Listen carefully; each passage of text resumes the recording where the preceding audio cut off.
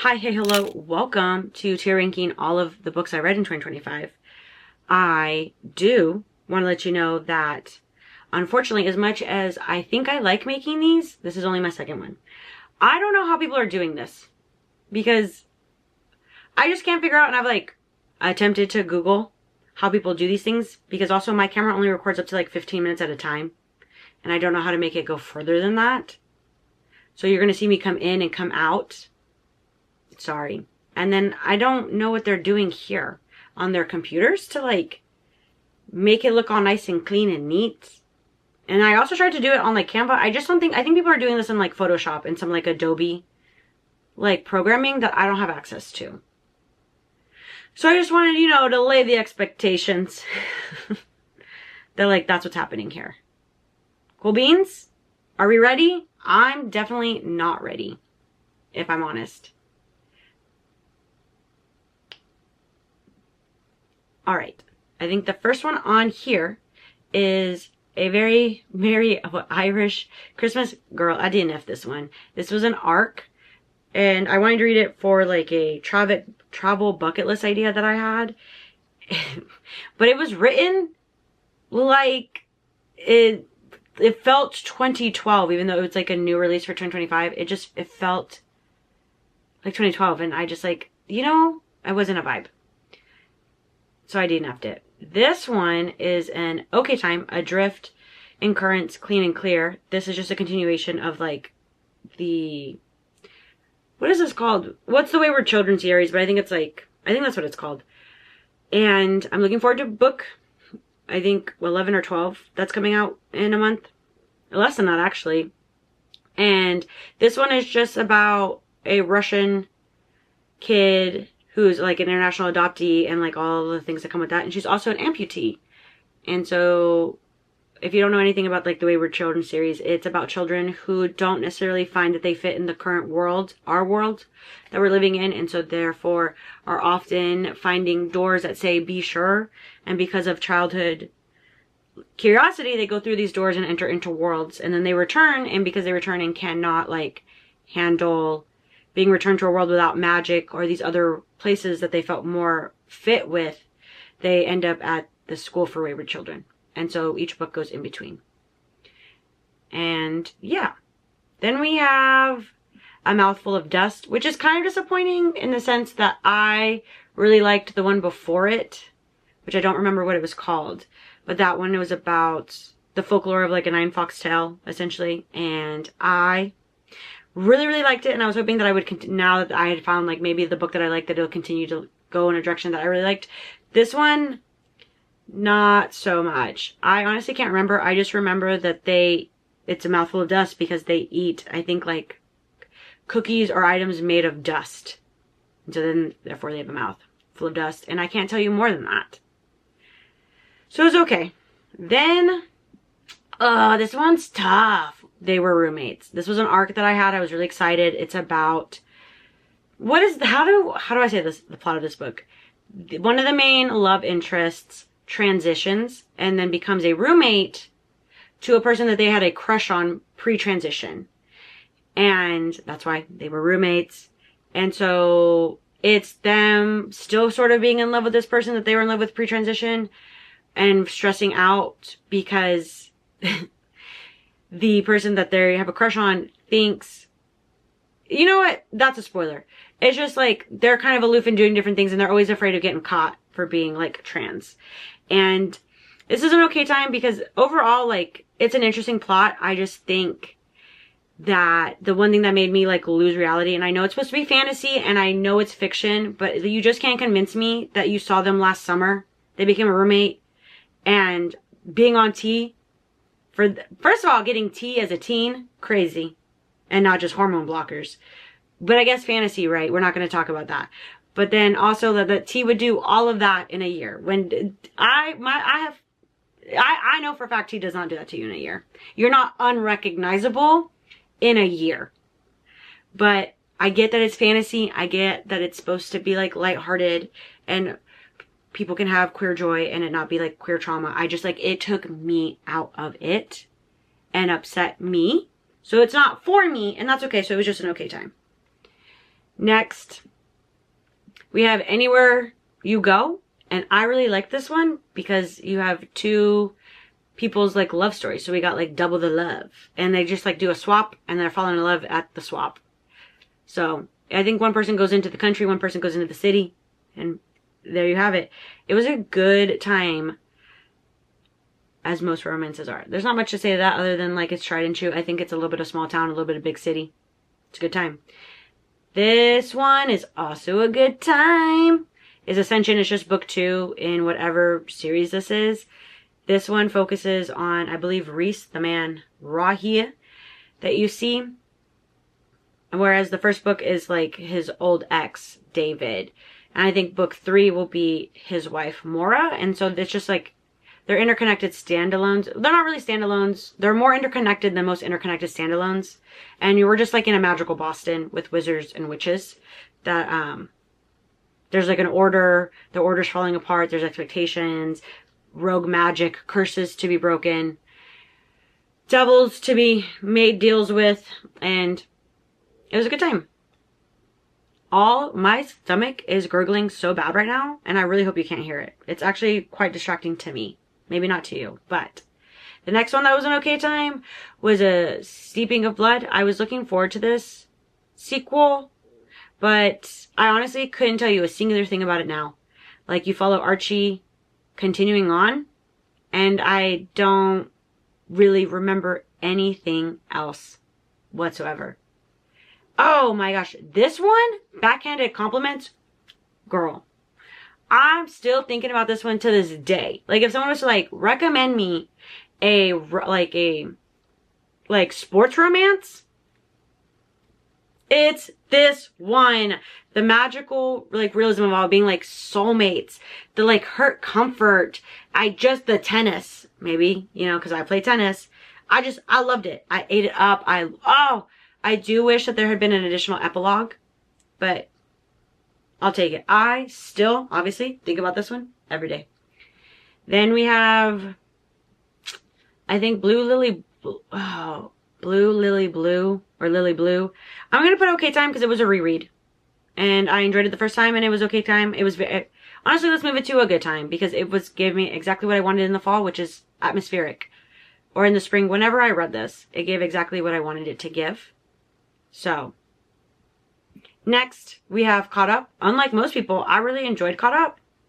What I really liked about Caught Up is I love that she was a cam girl and he had no problem paying her for like being a patron, but also like fully supporting her and like being so freely talking about being a cam girl and like loving her job and all those things. And he didn't try to convince her not to be a cam girl and that she was his like sexual awakening. I love that she was the one bringing him in to like the sex club. And then also him being like grown and mature enough to be like, wait a damn minute. I think I like what's going down here. I think I like what's happening. And I was like, yes. Yeah, you do.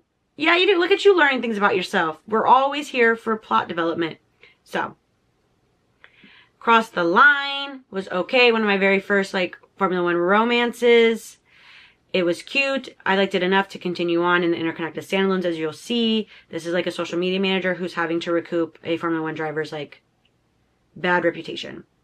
Dude, I didn't have Dark Matter. Now, I got recommended to read Dark Matter at one point, or someone necessarily, like, I picked it up and they said, oh, my friend really liked that. So I picked it up. And then I did, like, a horror vlog where I tried out horror. And I'll tell you what, this book feels like it was written in 2016, and I think it was. And I was like, okay. And when I got to the middle of the book, because it got me, I was interested. I was invested. But then I was just like, we're spending too much time of you being a little freak. Like, what do you mean? You're taking these injections or swallowing this dark matter, and then we're ending up in alternate versions of Chicago, I believe. But then, like, you can tell it's not your Chicago, and yet you try to go find your wife in every single one of them to what? Harass her? And maybe I could see how that could be romantic. Like, in every lifetime I find you, but like in every lifetime, he technically doesn't. And it's just weird. Because I'm just like, okay, can you get back to your wife in your timeline? And so I DNF'd it. I said, oh, I see what we're stepping in here. And I, like, goodbye. We did Deep End. I loved Deep End. For the most part, I really liked that they discussed that they like had a list and kinks and BDSM. And however, I am quite disappointed that we didn't have a singular scene negotiation in general, or the list. Why didn't I get to see the list, Allie? Why didn't I get to see the list? But other than that, it was fun. And I think the only other thing that I really didn't like about it is the fact that like one's diving and one's swimming, and I just somehow, I don't understand how they're continuously missing each other at these meets. Like, as someone who went to a school with swimming and diving, I am aware that they are different, but also at the same time, I remember them also hosting stuff together. So, I don't know. We had Done and Dusted this year. Liked it more than I thought I was going to like it, because I didn't think I was going to be into, like, Big Bro's bestie. But I did. It was very cute. We love. I really do enjoy the Blue Rebel Ranch series. This one, it's like small town Wyoming, and you follow the family of the girly pop Clementine. Her whole family is basically what the series is about, and she just falls in love with her brother's bestie, and boom bada bing baby, here we have it. I read Double Apex, and it's in what the fuck, because I did enjoy, honestly, the smut of it all. But I was really weirded out by the portrayal of, like, the Eastern European. Like, it felt like the plot lines for them just felt very xenophobic for, like, and very stereotypical for what people in the West might perceive, like, Eastern Europeans have to, like, experience. And I didn't really like that. I also didn't really like, her either. Like, I couldn't stand her as a character. I was like, get me out of here. And yet I finished it because I read it for a vlog. So I finished it. I should have DNF'd it. But the smut was good. And that was about its only saving grace. Because I think she's an engineer and he's an F1 driver. And then we'll put A Good Time. I read The Dream Thieves again. I forgot because I read it. This is the second time I've started. This is my first reread, is what I should say. Second time reading the book, obviously. But I forgot how many F-bombs were dropped. And I was, like, shell-shocked rereading it. I'm like, oh. Because I think I recommended it to my friend for, like, atmosphere. And I was like, oh, I forgot about the slurs. Which I need to remember if I ever recommend, you know, the book series. Then we have First Time Caller. Which actually, nope. Actually, I really hate that you can hear I can hear my stomach and it's distracting me and I don't know how to make it stop, dude. It's probably because I ate a bunch of cheese dip and my tummy doesn't like dairy. And here we are. I ate a bunch of queso. First Time Caller we'll do Still Thinking About It, because I think out of all of the romances, this is one of the ones that has stuck the most. Can I give you the plot of it all? No. He's a radio man who's fallen out of love. She's a single mom who still believes in love. And I think he puts a call out. He's cynical. I think something about like love and romance. And the daughter calls in on the mother's behalf. And then they end up having to like work together in the studio. And of course, fall in love. I do remember this being like a good time plot wise and also a good time like spice wise. So then Futbolista, I really enjoyed this one. It takes place in Corpus Christi, Texas, and my mom is from the area, so it was really fun to read about that as a place that I have visited numerous times throughout my adulthood and childhood. And it's a futbolista who plays soccer, obviously, for A&M, the Islanders down there. And then you have the other love interest is just like a student at the university. And I think the one who plays soccer needs tutoring. And so they kind of like have, like they get together to help for tutoring. But before that, they kind of have like a meet cute of sorts, because the footballer is and has had like experiences with other boys. And I think the soon-to-be tutor says something about like, oh, I need help kissing or whatever. And he just like kind of agrees to it, and he realizes how much he kind of likes it. And so we go from there. Anyways, I hate that I may or may not be editing out like little cut jumps because of how frustrating it's going to be to edit the actual screen recording. But I'm like hearing noises and it's like pissing me off. Because I wish there was a way to select both clips. Anyways, that's besides the point. You don't care. Next, oh my god, God of Fury, baby. I love this book. I still think about this all the time. I've reread it 3 times. Honestly, 4 times probably. Non-stop. It's just mafia, dark romance, YA. Not YA, that's crazy. New adult. You have Brandon, who's heir to a mafia family, and you have Brandon, who's essentially an heir kind of to a mafia family, but like not really, but is like a goody two-shoes. He's a twin. And it's really about nothing.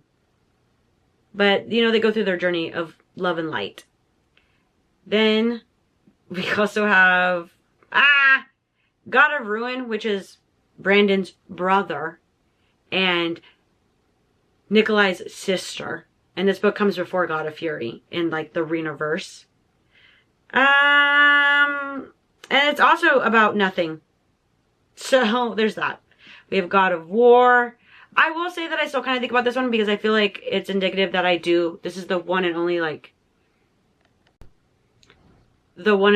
Rena hetero romances that I really like because Ava is a brat.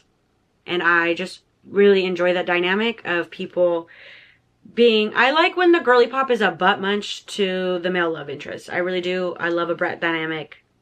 I love a grouchy woman, a sunshiny boy kind of deal. And so I still think about this one because sometimes I think maybe I should reread it. And I'm like, why would I want to reread that? And I'm like, why not? So we're going to still thinking about that. God of Wrath. I don't know. It's about Cecily and Jeremy. Again, nothing. Nothing happens in this book. Then we have Good Spirits. Look, I'm not a Christmas girl, so I wasn't really here for the holiday cheer, but I did think it was going to be like a good time, and then the like plot device, spoiler, of like time travel makes its appearance. And I'm just like, that's not how that can work. How is that working like that? So it really killed the vibe for me, and I was like, whatever. And then I found out book 2 is about the Grim Reaper, and I said, I'm here for death. Every day, all day. Also, my favorite ghost from the Christmas Carol is, in fact, the ghost of Future. And if you watch the Muppets ones, it's basically a Grim Reaper. So I listened to the Belladonna novella. It was fun. I think I would have preferred more. I don't know what I would have preferred. I didn't know. I thought it was going to focus a little bit more on, what are their names? I don't know. The one that basically is about Wisteria. That Wisteria is about. I thought that was going to be where we kind of focused, and in fact we didn't. It was more about Signa, which, I mean, sure, why not? I guess she is really what the main series is about. So then I read what is this, I'm in a rom-com, Aliens. What is that? There was like so much plot in here that it didn't need to be. It's like, sometimes I'm like, if you want to have a plot-heavy, smutty book, just write the longer book. If you're trying to give me all of these details to set up interconnected standalones and you've got to provide me with the universe, write a longer book. I will read it. And maybe that's the publisher and the editor's fault. But I just want to be like, ma'am, you're going to give me all of this? And the book's only like 235 pages? Like, come on. Also, I would have loved it if the aliens would have crossed swords. And they don't. And I think they should. I think they should. Then I have, I hope you remember, still thinking about this one, because it's such a good poem book, but that's because I'm partial to the girly pop who wrote it, because I follow her on TikTok and I love the way she like speaks. And so therefore she narrated the audiobook. And so I really loved like just listening to her for 2 hours, read her poems like I do in real time on TikTok. So the Last Call of the Local was something that was a good time. Honestly, I kind of was shocked. I read this like right after I came back from Ireland, and it takes place in Ireland. It takes place in Cove. And I liked the mental health representation in there. And what I really liked, because it's just an American girly who like ends up in Ireland. She gets told to go to Cove where like the Titanic its last stop before it sank. And she goes there because it's a touristy town, but she's in off season. And so she shows up at the local pub, and the owner takes a chance because he kind of thinks she's cute. And because she tells him a piece of her mind about like how bad the pub is. He's like, you know what, I'll hire you. Why not? What else you got to do? And so of course they fall in love. And I also too like the third act breakup or the conflict makes full sense for what they would be doing. Like in real life. Like if you told me this was someone's like real life love story, I'd be like, yeah, sure. Yeah, that makes sense. So. Then we have Lights Out. I'll say I'm still thinking about this one because I did actually recommend this one to my mother. Don't judge me. Because I told her she likes to listen to audiobooks when she's at work. And I'm like, dude, no, this one is fucking hilarious. Tough. And I was like, you just can't judge me for the content inside the book. Just know that it's here for a vibe. So. Another one into what the fuck is that? Love is a War Song. Oh my God. Well, here's the thing. I learned that I'm not into like, she's incompetent. It's just like it's not my vibe. I don't like an incompetent person in life and apparently in my romances. Or it's like incompetent and fish out of water. Because the premise of this book is that like she's an artist and does something like heinous that the community judges her for because she dresses up in like a headdress, a headpiece. Because and she doesn't think anything of it because she's like, well, my mom is like indigenous. And she doesn't see a problem. Like, we're taking it back as she, like, does it while in a bikini. And I'm like, I'm sorry. You just can't. I, like, can't believe that, like, you would just think that that's okay. And this excuse is like, well, my mom who grew up on the res says it's okay. Which is like, I guess I get, but I just can't fathom thinking that you know nothing about headdresses and you put one on and parade it about. And so therefore she gets sent to the res. And falls in love with someone on the res. And she's just a fish out of water the whole time. And it's just stupid. Stupid, stupid, stupid. Now, Mate was a good time. I was here for it. Although, Allie, write the 600-page paranormal smutty romance. Just do it. I feel like you want to do it. Because this, if there was an in-between a good time and an okay time, it would be Mate. Because, like, the amount of plot in this book is ridiculous for what this book is. And, like, the complete pivot from the original, not necessarily the original world, but basically the main world in which we were in as an extension is banana beans. That I was just like, girl, I know you want. Just write the 600-page paranormal romance. I will read it. I will buy it from you. Free her from her editors. Actually, don't. People need editors, but like, dear editors, let her write her 600-page paranormal romance, please. Because all of the, I can't. I could have handled maybe one point that happens. I could not handle like the main two, if not like a third point that was happening. Because I was like, girl, wrap it up. Wrap it up. Because also you're going to tell me that everyone knows she's a were hybrid and nobody has seen these for the light of day and nobody's going to walk her through what it means to be were. Okay. No one's going to lend a helping hand. Now, I remember this being a good time, but can I tell you anything about this book? No. And that's probably because I consumed it only as an audiobook, because I do have the indie version of this book, and it is not in any capacity the same in the sense that, like, you cannot follow along in the book with it. There are changes to the writing, to the chapter, setup, everything. But I do remember this being very gothic, very atmospheric, and that I enjoyed it enough that I do want to follow up for book 2. And that's about it. Was Love Theoretically a good time? Oop, it wasn't what the fuck. It's another one of those, I'm gonna put it in okay time, even though it was probably more of a good time. It's like Mate, it was like one in the middle. I enjoyed this one because I really liked the demi-representation on it. Actually, let's move it. It was a good time because of the demi-representation. I really, really liked that she's on the ace spectrum and that he was aware after having conversations of like the dynamic that can happen when it comes to like societal pressures, relationship power dynamics, and like being dummy, and what that may cause people to like do or not do willingly, but not like enjoyably, for people they want to be close with. And I really, really, really like this. This is like a fake dating trope in a sense, but she's not fake dating the main love interest. She fake dated his brother. And then she gets like kind of caught because she gets like approved for something STEM related, theoretical physics, and has to basically like navigate the fake dating boyfriend, like the person she's fake dating's brother's like expectations of like, I thought you were just a librarian. And she's like, I'm actually not. So there's that. Never Been Shipped was a good time. It's a band romance, and they are disbanded. They reband together, and they end up on a ship for a cruise to perform.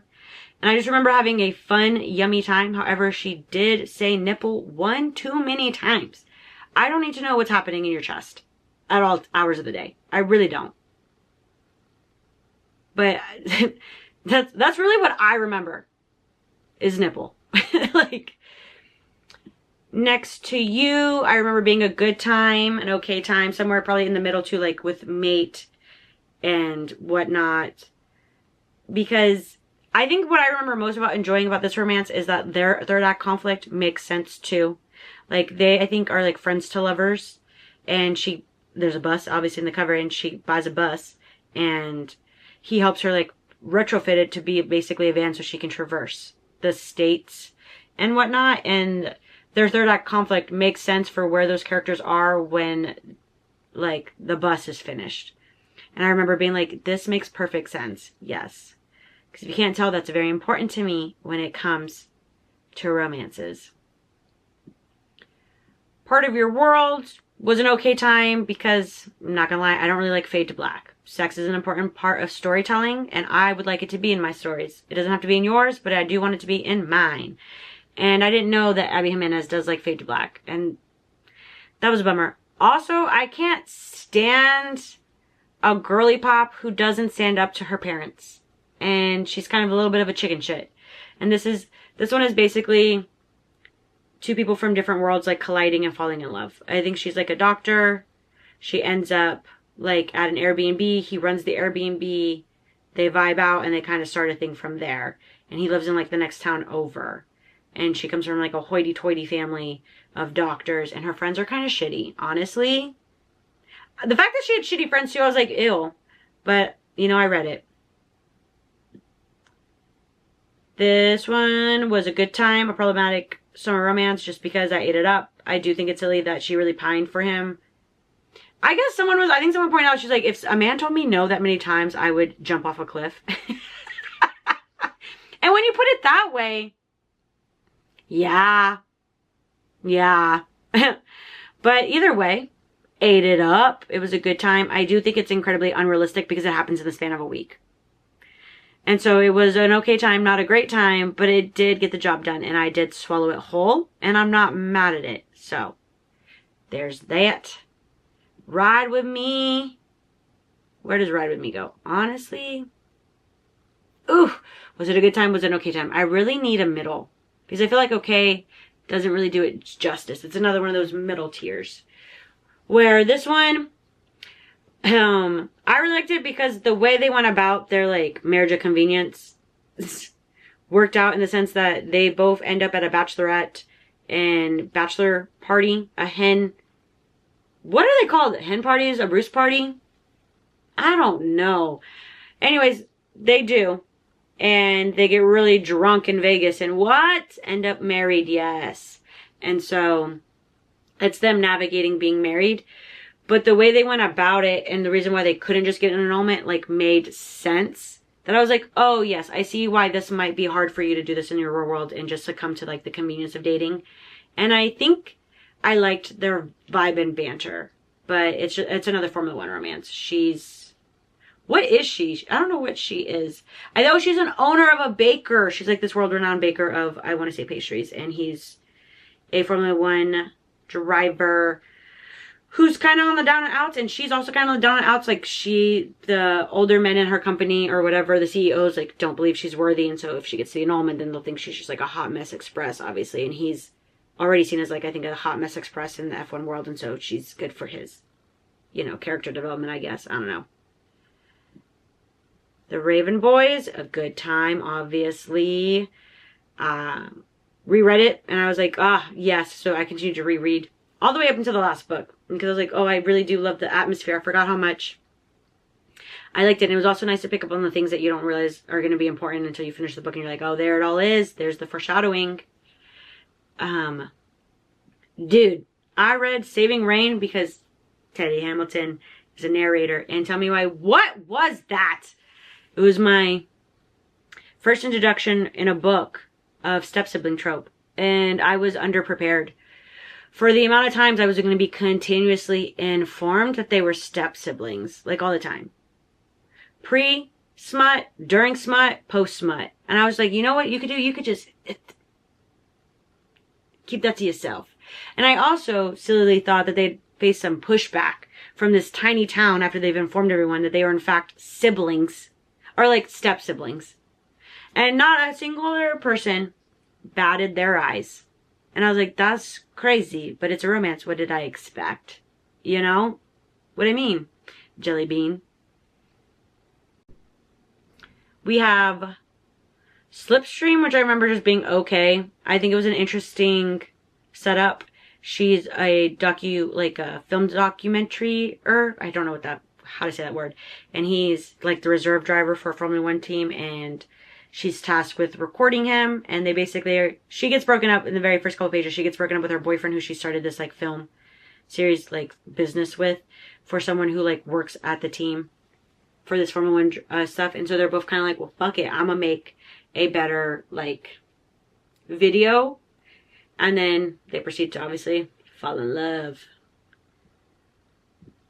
Soul Searching was an okay time, slightly good time, because I do like Lila Sage, but I thought this is a story about, I think, sisters, and this is like one of the sisters, they go back to their town that they're from, and what is this plot? I don't think I know. What is his purpose? I think he's just a grouchy man owning an antique shop, and he's having trouble maintaining the antique shop. I don't really know. Anyways, they fall in love, and she can see ghosts. And I just thought the ghosts were going to play a bigger role in this paranormal. And they play like the tiniest right there, tiny role. Other than that, nothing. And what's the point of seeing ghosts if they're not going to do nothing for the plot? Then I read Sounds Like Love, which was an okay time, because as someone who, I guess, started reading, my first like genre or introduction to like really reading was like fantasy. And so I love the trope of being able to communicate in your brain to brain. I love it. I eat it up. It's delicious. And so I was like, oh, Sounds Like Love sounds like a more like contemporary twist on like the brain connect.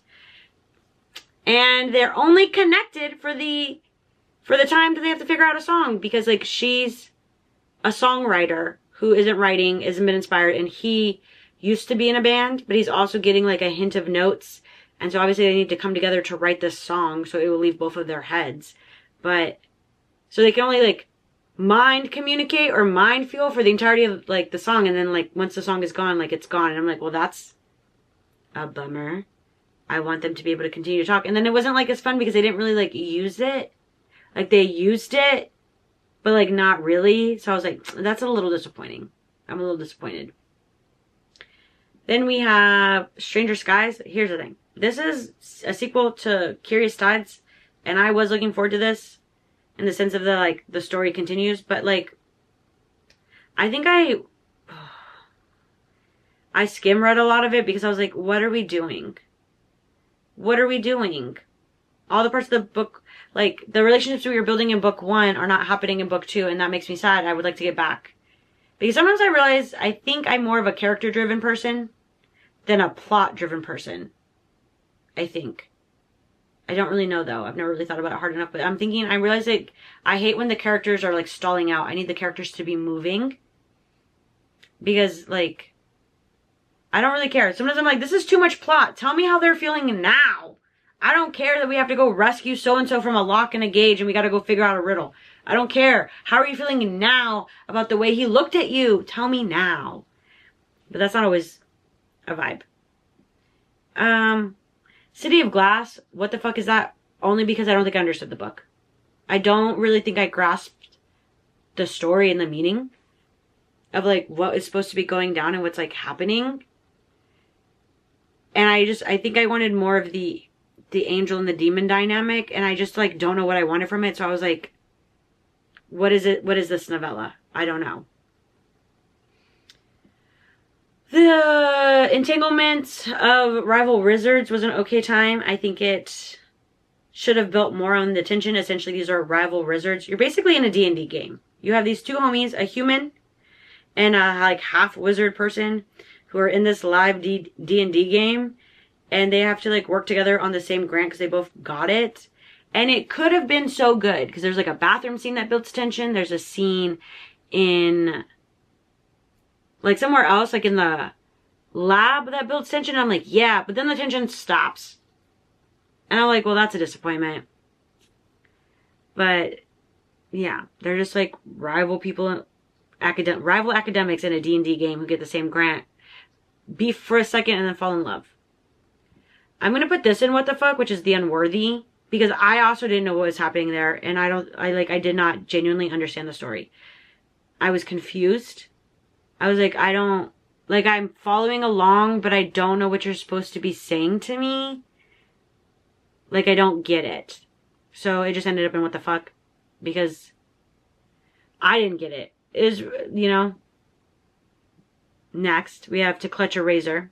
Loved it. Still think about it because I love this series. Give me more. Give me, honestly, a full-blown book. I would read it. Please. This is just a sequel to Among Crows, which follows... Who do we follow? Dimitri, I believe. Actually, don't quote me. You follow this man who is a son of a family that's like these knights that murder monsters. And in book 1, he knows via like this information that someone is going to die, someone is poisoned, and he wants to help her and provides her with the flower or tells her that he has a way to undo this curse that he knows that she has because of his history. And if she were to help him get what he needs over here, then he'll like uncurse her. And so you're following this little novella. It's also in Chicago. Baba Yaga's in it. Leshies are in it. It's Slavic lore. It's a good time. Then, Ruthless Empire. What the fuck was that? Because it was my second introduction to step siblings. I literally only read this because I was like, well, I like Ava from God of War. Let me read about her parents. Oh my god. And it's about nothing. This is the royal elites. And because they go to a fancy, like, London college. I don't know. And, yeah, all I know is that they're step-siblings. And they didn't bring it up as much as the, like, Rain one.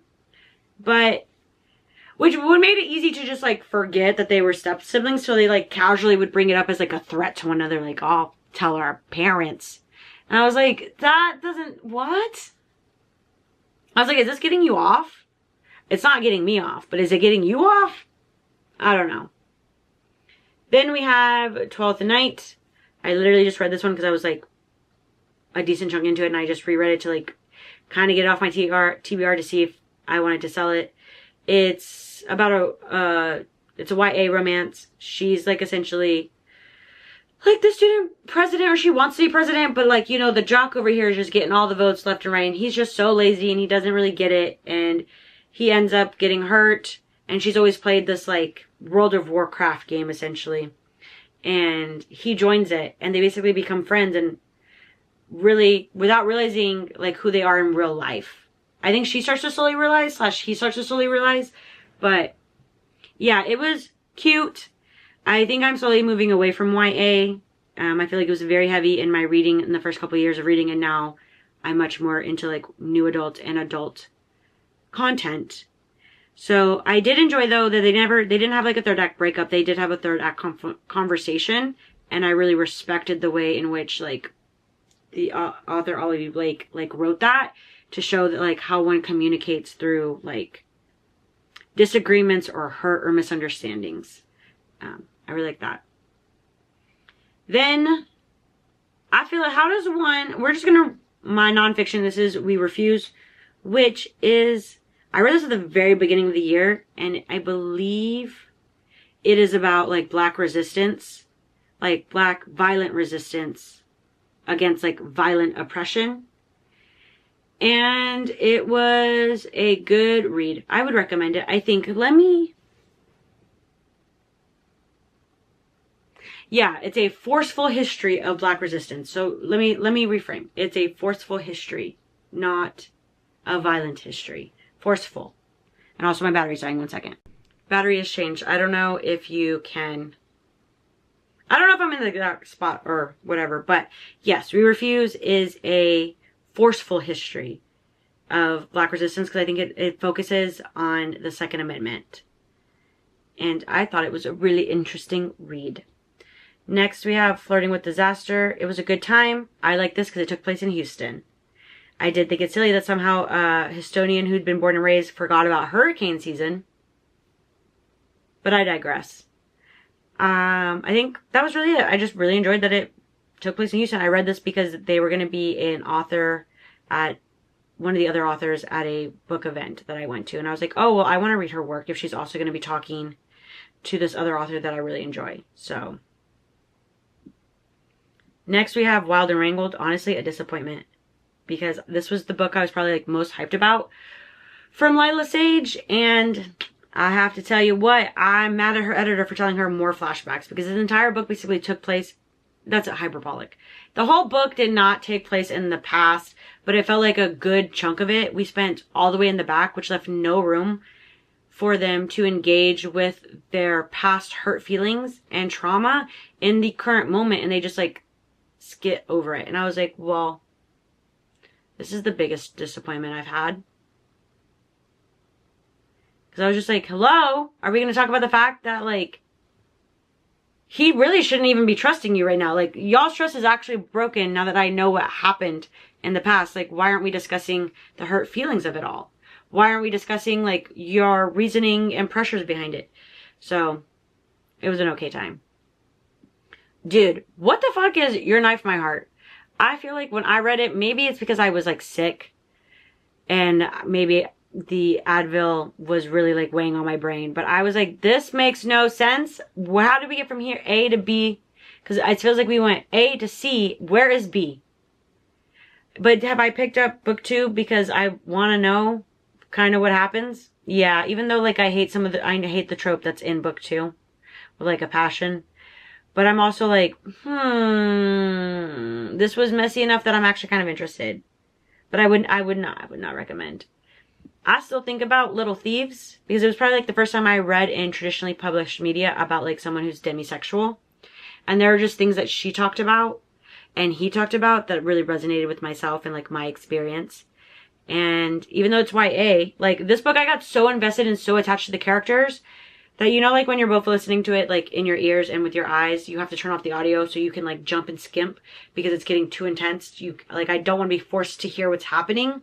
That was me. And then I was like relegated to like, this is the only one I'm going to read, because if they don't end up together, I can't read all the way to book 3. If they break up and she finds someone else, I'm going to be devastated. I'm really attached to this couple.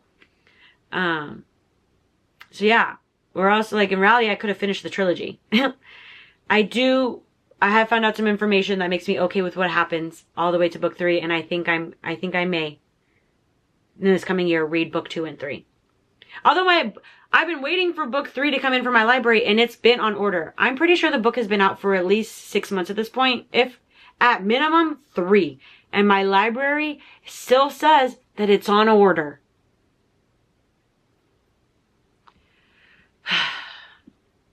This one's still thinking about it. Elegy for the Dead. Tell you what, I think I knew this book was going to be sad. But somehow I didn't think it was going to affect me. I somehow thought that I just somehow have zero emotions, no empathy and mirroring neurons, that I wouldn't be diabolically devastated. I sobbed my way through this tiny book. This is about queer love in the time of zombies. And that's all you need to know. That's all you need to know.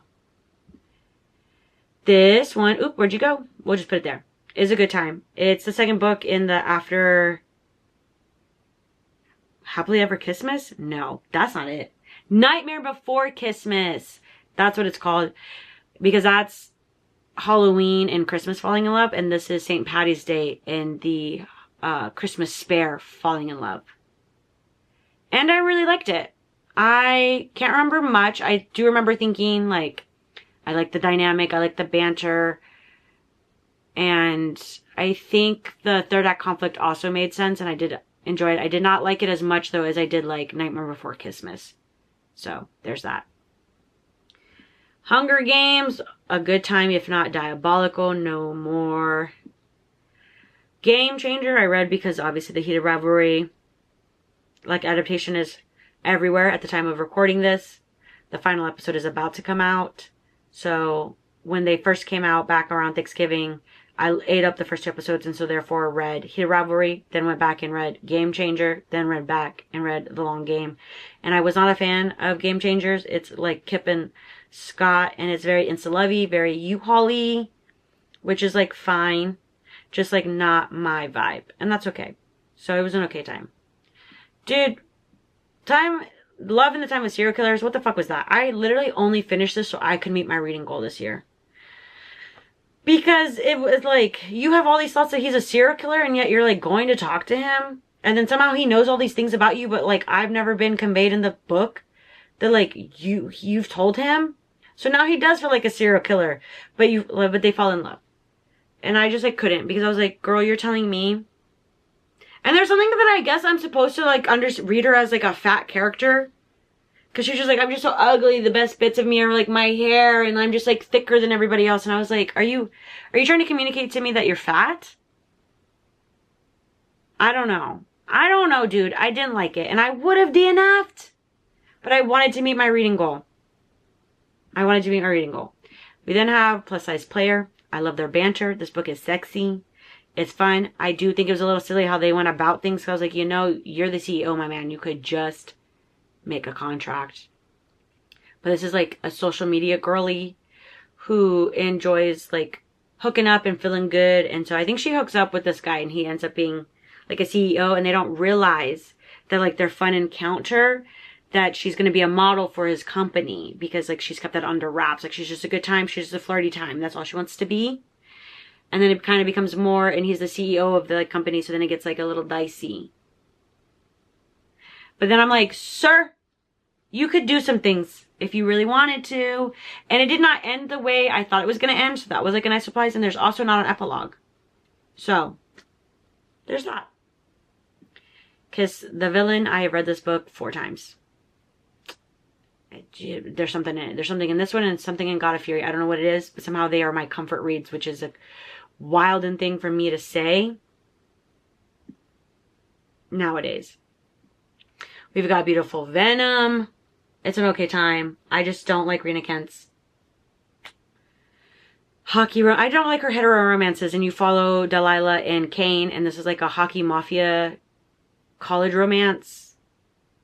And that's about it. Hot for Slayer was like in between a good time and an okay time. It was a quick little read. It was something to kill the time. I read this while I was sick. And yeah, I kind of figured what was happening, obviously, because it's a 94-page novella. But whatever. Still thinking about this. Oh my gosh, one day everyone will be against this, or will always have been against this. Woof. What a read. I think about this often all the times. It really stirred up such emotions in me. Y'all should read it if you haven't. Drive Me Crazy is an arc I received. It's a Formula One romance about essentially, I believe she becomes like the team principal, and he's a driver, and she becomes the team principal of an F1 team under the guise of like kind of wanting her to fail, because this is a failing F1 team, and the guy, like the board just like votes her in, and she shows up to like their driver announcement and hasn't been told who the second driver is, and it happens to be her crush when she was in like F3 because she's a previous F1 girly through and through, and he's like, oh shit, it's her kind of thing. And obviously they fall in love. I think for the most part I really liked her actual Formula One background, even though she's not a driver, she's a team principal, but I do like that was incorporated. But I do think it was I didn't like how reckless it felt he was about like their romance. He felt like he was just willing to like toss it all around and didn't really care what would happen. We then have Heated Rivalry. Loved it. Still thinking about it because I have read it twice already. Very closely, like within like 2 weeks of each other. Back to back, because obviously the adaptation is out. And honestly, actually, we'll do Good Time. Not still thinking about this because I do think it's a good time, but I do think The Long Game is better. Oh, and that one's just about two DL hockey players who fall in love over the span of like 8 years. And a lot of the stories progressed through their sexual chemistry. And then obviously like romantic chemistry. Then we have I Was a Teenage Slasher, still thinking about this one. Favorite book of all of the year. I was just shocked at the feelings I felt, where the story went, how much I was like entranced by the story. Like just overall love that book, and it makes me want to pick up other books from this author. Sunrise on the Reaping. Well, if I could erase this from my mind, I would, because I don't like, it's a lot. It's diabolical, actually. It's all I could think about for a couple of weeks. Really, like even started rereading. I wanted to reread all of the Hunger Games, and I got as far as like the Hunger Games, and I was like, I cannot read Catching Fire, and I definitely cannot do Mockingjay this close to Sunrise and the Reaping. I can't, so I didn't. This one also, For the Fans, also belongs in Good Time and Okay Time, because it did exactly what I just wanted, a smutty nonsense book, and it was a smutty nonsense book. However, I got bamboozled, what, for the third time, by step-sibling romance.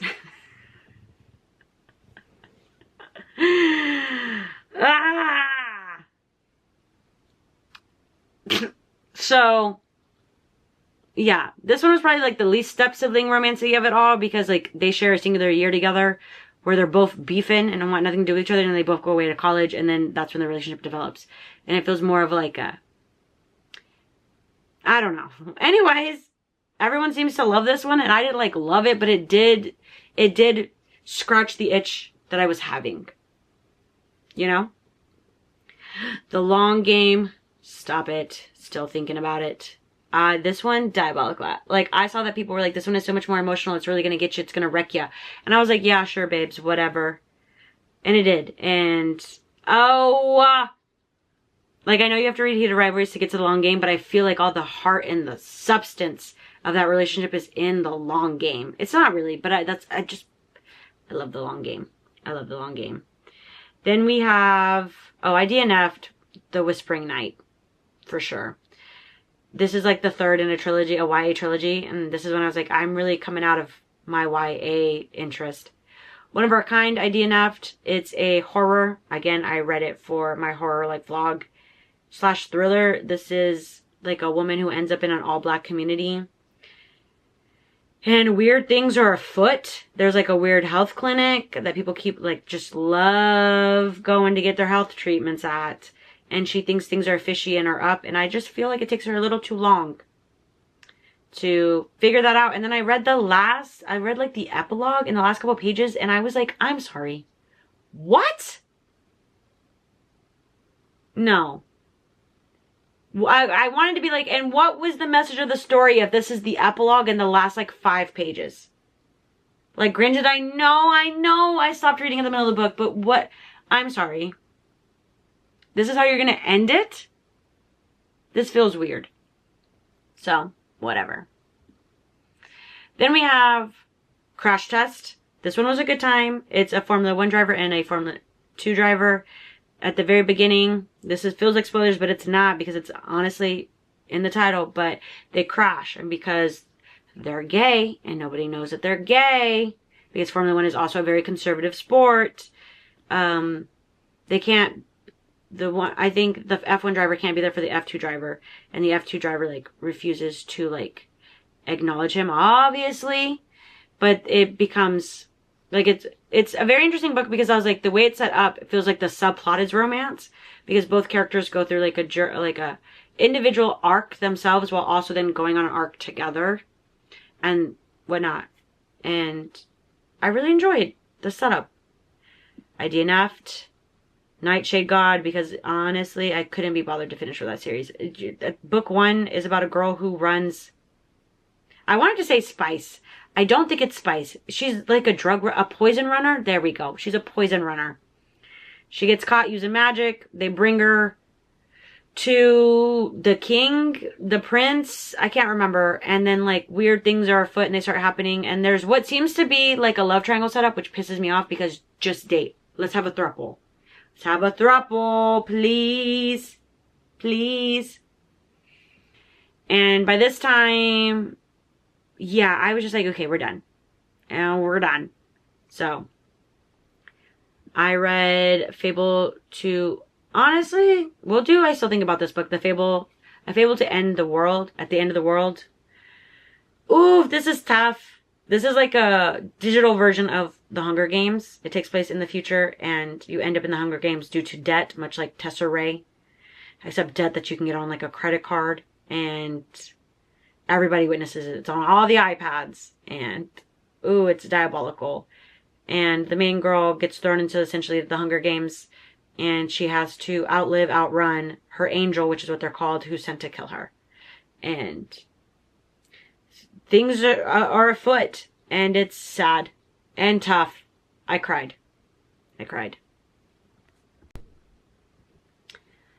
We have Off the Track, and this one is also in between Good Time and Okay Time because this one is a very Formula One forward Formula One romance. They're both drivers for 2 different teams, and it's just them. That's about it. They're just on different teams, so essentially they're rivals, but if you know Formula One, they're not really rivals, but they're rivals, but they're not rivals. Because your real rival is your teammate, and they're not teammates, they're on opposite teams. But this one was really F1 forward. Like, really true. Like, if you're very interested in, like, reading about F1 and the going to different tracks and the different races and, like, talking to an engineer and the pit stops and, like, the strategy and the crashes, like, that is very much this one with, like, a subplot of romance. We have The Only Night. Yeah. This is a band romance. They break up when they're in their youth and they're coming back for like a reunion tour, and this lead singer and like I think the bass guitarist had a tryst during the time that the band was together.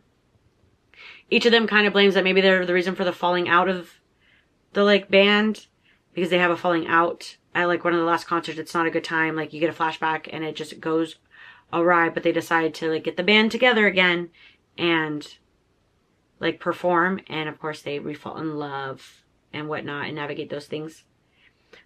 Pole Position. It's another F1 romance. It was a fun time. It's people on the same team, so they're rivals, but they're also younger. You have the older, almost on his way out F1 driver. You have the new up and coming F1 driver on the team, and they spend a lot of time together because they're teammates. Obviously, if you watch Formula One, you know that F1 drivers spend a lot of time together. And I really liked this romance. I did kind of get annoyed that some of the things that was like, we had thoughts about them, but then they never made their way onto paper. So if you're not going to put it on paper for me to read, don't have it a thought. Like I think one of the things that I was like annoyed with, somebody was like, I really can't wait to like pin him onto the bed. And I was like, ooh, I can't wait for you either, babes. And then they never did it. Or if they wondered if so-and-so would be like submissive or would be willing to take like the authority from like the younger guy or whatever. And I was like, oh, I can't wait for this dynamic to play out. And it never did. But I do remember for the most part, I had a really good time with this one. And then lastly is for our next song, which is the sequel, Interconnected Standalone to For Only One Night. For One Night Only. I always flip those. This is the other 2 bandmates. Or 2 of the other 2 bandmates. Because there's more than just 2. And they have always had crushes on each other. And they've always like missed each other. / one person is out. The other person is not. And it's them obviously falling in love. And I like this one because I felt like these characters made sense. Like they felt like they built upon of what we saw in book 1, but also the continuous like plot for this interconnected stuff made sense as like next steps of what would happen based on what happened in book 1. That I was like, yes, this does in fact feel like a continuous story just now told from these 2 POVs and not these 2 POVs.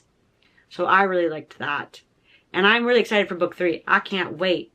That'll be in another year maybe, which is a bummer.